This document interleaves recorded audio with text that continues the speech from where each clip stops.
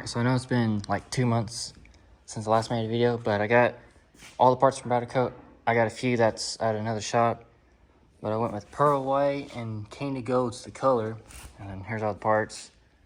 I got the frame painted, smooth out, prime painted, and got that ready. I went ahead and bolted the power steering pump on. So all that's left now is bolt on all the brackets, cradles, trusses, all that. And then get the axles, mount those, mount the coilovers, set the motor in, trans, and I got a full 5-inch exhaust coming to bolt that up, and should be ready to get it all back together.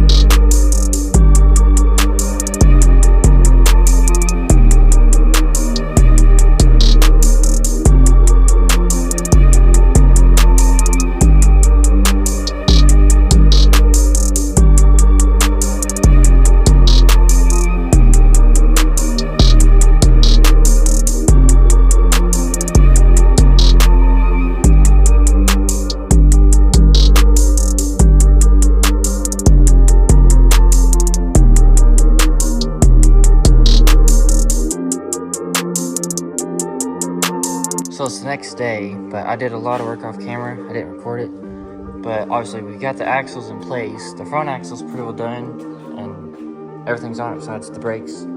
But I got the brake lines, fuel lines, wiring harness, and then the fuel tank, all the rear cross member coilovers. Got the rear axle in place, and I still got to put the wheel bearings, brakes, all that stuff on it back here.